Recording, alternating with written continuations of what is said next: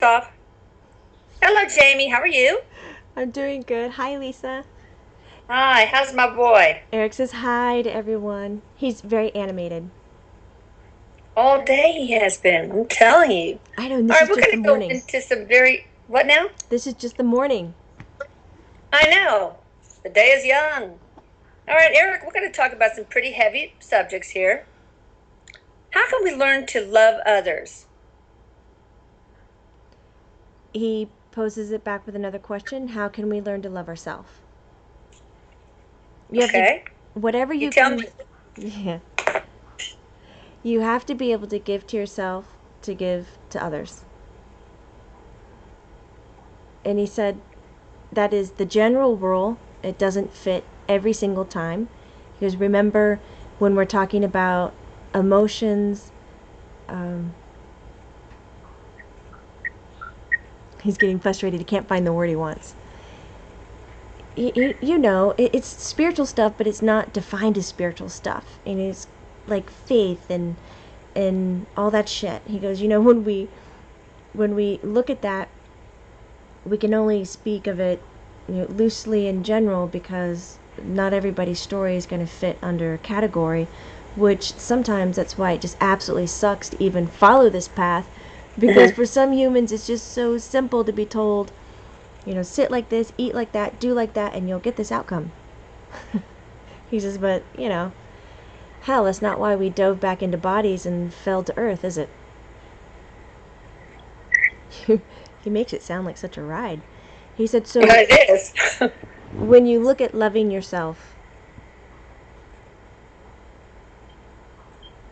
I told him maybe if he could just tell us the top three things in general that would work well. He said, okay, um, compassion. He says, definitely compassion.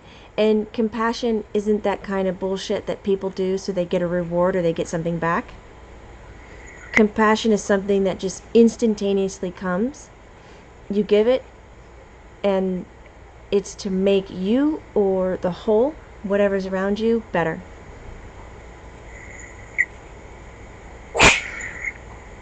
He's rambling. He's talking about natural instinct in kids that even as babies like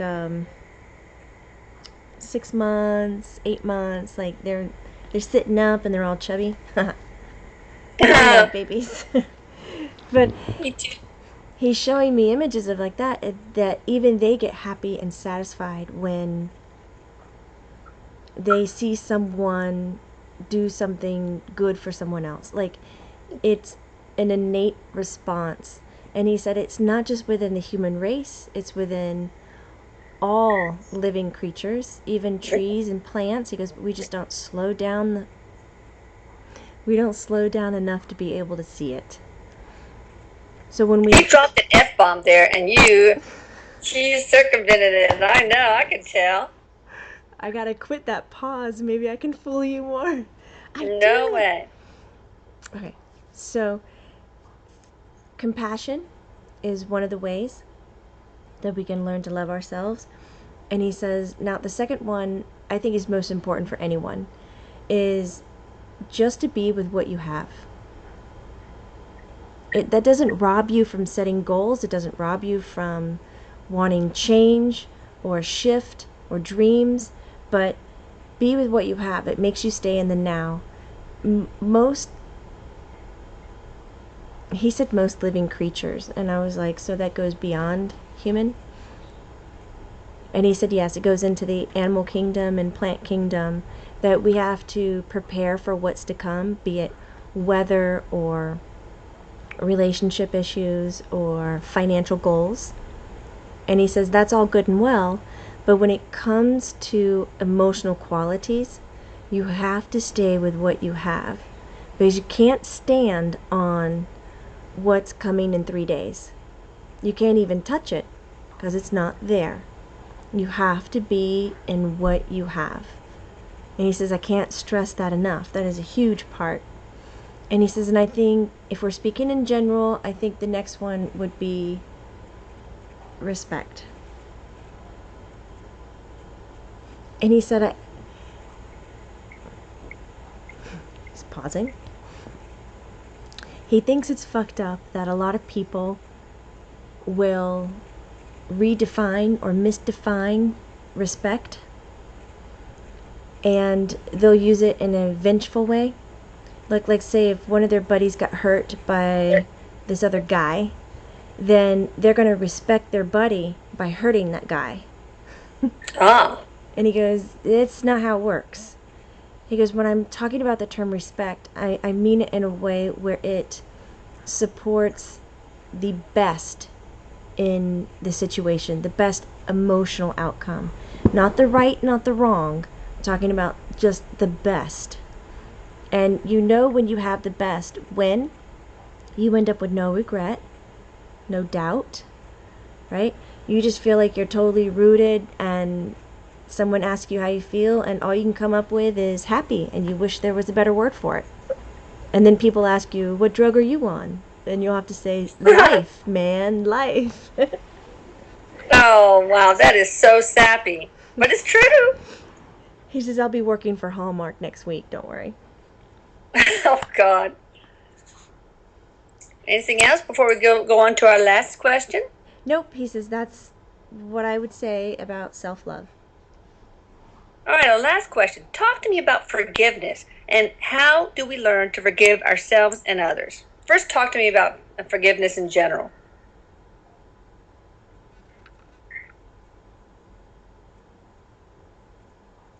I think Erik would do so well in those shoes that have the wheels on the soles, so you can just like spin Oh, in one yeah. place.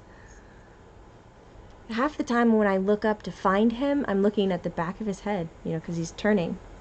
Oh, He really? turns. It's like, what are you turning on? Forgiveness. That one gets at him. And he says, like we talked about in part 2, the way that a human is trained, we're trained to focus on the mistake so that we could be better. And he goes, but that's just fallen in a whole big fucking trap, because we don't need to be in a right and a wrong situation. We don't need to be in a good and a bad. We need to, like I mentioned right before, is to be in the part of acceptance. Pay attention to your surroundings and where you are for the now. What's coming, yeah, you can prepare for it all you want, but the way that you're going to react is not you can't react to something if it's still in the future. You're only going to react to it when it comes to you. Okay, so when forgiveness happens, a lot of times people think when you forgive something that you totally forget about it and it's gone. He goes, forgiving is not forgetfulness. He goes, just sign up for that one right now. You can forgive and then remember about that moment of having to forgive 1,000 times in 1 week. And you'll think that it's haunting you, and you'll think that it's horrible. But really what your brain is trying to do is saying, that was a mistake somehow. Not the forgiving part, but why the forgiveness needed to happen. And the brain wants to figure out how it could have been corrected. What can we gain from it? How can we learn from it? And what you need to teach yourself is, okay, did I like that or not? Did I like the circumstance? No. Okay, so I had to forgive it. Okay, I did it. So it's healed, and let go of it. So you have to trust yourself enough to know that when or if it ever happens to you again, that it will be part of your base reaction, your foundation. Yeah, it'll be part of who you are. It'll be part of who you are to not react the same way that you did before, because you accepted that you didn't like it, and you're going to make conscious choices of only doing what you like, which doesn't give you a what? Blanc, carte blanche? A white card? Carte blanche. Blanc. Yeah. Oh, Free reign. free reign. I don't know why I couldn't understand that one. It doesn't give you the free reign to do whatever the hell you want because you like it. He goes, no. He says, what I'm talking about, that attraction evolves those 3 things that we talked about before: the compassion, the staying in the now, and having the respect. And that creates the inner love and inner joy. And if you let that guide you, then you're only setting yourself up for experiences in life that will be rooted in love, and that can grow to fit your needs to what you need to learn. And he goes, that doesn't necessarily mean you're in for an easy ride. Love is not easy. I don't know why you guys always think in terms of black and white. Like, this whole shit that we're living in is gray. I told him in my head, I go, wow, you make this sound so beautiful. I know. Woohoo! Gray. He goes, but it is, and people aren't talking in those terms. You know, even at least the old therapies are talking that if you do step 1, 2, 3, then you'll be healed and you'll be better. And it's black and white, and it's not. And thank God there's therapies coming up now that talk about gray. And life is a series of choices and management, and you have to stay conscious with it. You can't just give up on yourself and let it roll, because you're going to end up with shit that you don't want. So you think that you're saying that gray is the new pink, huh? There's this gray is the new orange. Orange, okay, He's fine. laughing. But yes. Oh, the TV show. Black is the new orange is the new black? Oh yeah, there's something like that. I can't remember. Oh, black is the new orange. Orange is the new. Okay, forget it. We can go on all day about Okay. that. Anything else before I ask one other question about forgiveness? Nope. Go ahead. Well, how do we learn how to? I hope you haven't said this, because I was trying to distract my little Yorkie from eating some books, so I wasn't totally listening. How do you learn to forgive? How do we learn to forgive ourselves and others? I kind of touched on it, but not in depth. And that's pretty much saying that once you've forgiven yourself or somebody else, that means you acknowledge to yourself that you didn't like the circumstance and you didn't like the outcome and you didn't like how you behaved. And that you're able to contact those people that were in that situation with you and just say, you know, my humble apologies. You know, I've forgiven myself. I hope you can forgive me, or I forgive you. And he says it's really a powerful instrument to do because it's needed in good communication. And you'll find that with any kind of upset, it's based on bad communication.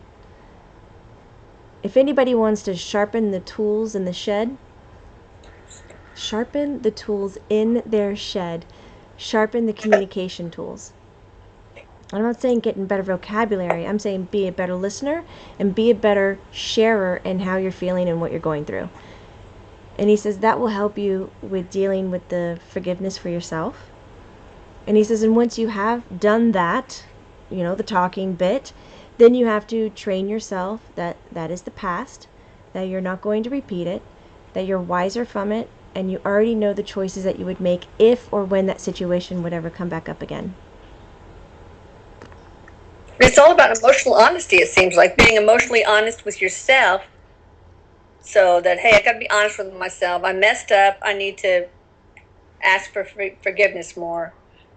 And then being emotionally honest with others, too. Yes. He's pointing at the camera. That's my mom. That's my mom. Hell yeah. Well, I learned this all from you, so don't give me too many props. He says, I'm so proud of you for just being able to repeat it. To repeat anything after just a half cup of coffee is a miracle for me. He says, maybe we should let you go so you can finish your other cups. Oh, cups. All right, so anything else, though, before we close? He says, no, I think that's great. You did a great job, Erik, He says, in all these 3 parts. he said, I love this shit. He goes, I like it so much. He said, I get to talk to you. He says, we would never talk about shit like this if I was still living. That's true. God knows I tried, though. But usually I was the one to teach you, and now it's vice versa. Dun dun dun. Like I can hear him. He's all right. Cool. I'll see you later, Okay. Mom. All right, I love you, baby. Thank you so much, Jamie. I appreciate I love it. you too. Thank you. And let's go through this again. You have to go to Jamie's calendar. She's got so many cool things. In fact, she trans channels Erik sometimes, which is amazing. So you can see Erik in action in her body. Yes. Oh my gosh. And to know more about Erik, head over to Channeling Erik. Erik is spelled with a K, ERIK.com. And definitely start with the archives. You will get addicted. speaking of addiction in this section. Yeah, really. But I didn't say Jamie's website. I need to make sure that if you didn't see the other parts that I mentioned, that it's with love and light.com. Perfect. Eric saying Bye, bye. everybody. Thank you. See you Take later. care. Bye.